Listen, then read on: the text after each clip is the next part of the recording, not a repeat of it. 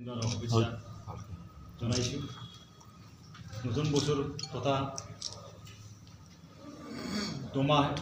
দমাচি বতৰত আমাৰ দলৰ হৈ আপোনালোকক অভিনন্দন আৰু শুভেচ্ছা জনাইছোঁ। আজিৰ এই সংবাদ মেলৰ মূল উদ্দেশ্য হ'ল ইউপিপিএল দলৰ নেতৃত্ব বিটিআৰ চৰকাৰ ইতিমধ্যে 4টা বছৰ পূৰ্ণ হ'ল। এই 4টা বছৰত ৰাইজৰ কল্যাণকামী কাম কৰিবৰ আমি যথেষ্ট সক্ষম হৈছোঁ আৰু অনাগত সময়ত ৰাইজৰ কল্যাণকামী কাম কৰিবৰ আমি ইউপিপিএল দল তথা বিটিআৰ চৰকাৰে সাজু আছোঁ।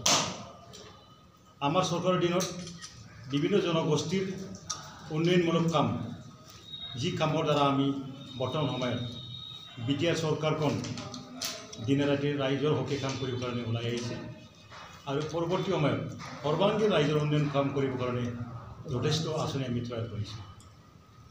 যোৱা 30 ডিচেম্বৰ তাৰিখত বিটিআৰ চৰকাৰৰ ফালৰ পৰা ঐতিহাসিক যিটো ভিজন ডকুমেণ্ট বিভিন্ন জনগোষ্ঠীৰ ভাষা ভাষী বিভিন্ন উন্নয়নমূলক কাম এটা ডকুমেণ্ট তৈয়াৰ কৰিবলৈ আমি ভিজন ডকুমেণ্ট ইতিমধ্যে সন্মানীয় মহামহিম ৰাজ্যপালৰ লক্ষ্মণ প্ৰসাদ আচাৰ্যৰ দ্বাৰা আমি ইতিমধ্যে উন্মোচন কৰিব সক্ষম হৈছোঁ। তেনেকৈ বহুখন কাম আমি আজিৰ দিনত কাম কৰিবলৈ সক্ষম হৈছোঁ।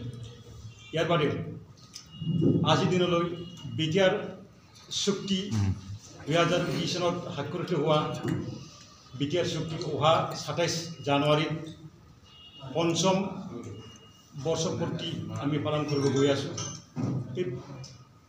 এতিয়া একো দিনাখন আমি যথেষ্ট আৰু ৰাইজৰ হকে কাম কৰিব আমি বিভিন্ন ধৰণৰ আমি আঁচনি ৰূপায়ণ কৰিব কাৰণে হাতত লৈছোঁ। আশা কৰিছোঁ পৰৱৰ্তী সময়ত আমাৰ ইউপিপিএল দলৰ নেতৃত্ব আৰু বিটিআৰ চৰকাৰৰ নেতৃত্বত এই বিটিআৰ অঞ্চলখন উন্নয়নমুখী কাম কৰিবৰ কাৰণে যথেষ্ট কাম কৰিবৰ সুবিধা পাম আৰু ৰাইজৰ এই চেগত ৰাইজলৈ ইউপিপিএল দল আৰু বিটিআৰ চৰকাৰ হৈ আমি ৰাইজক শুভেচ্ছা আৰু ধন্যবাদ জ্ঞাপন কৰিছোঁ।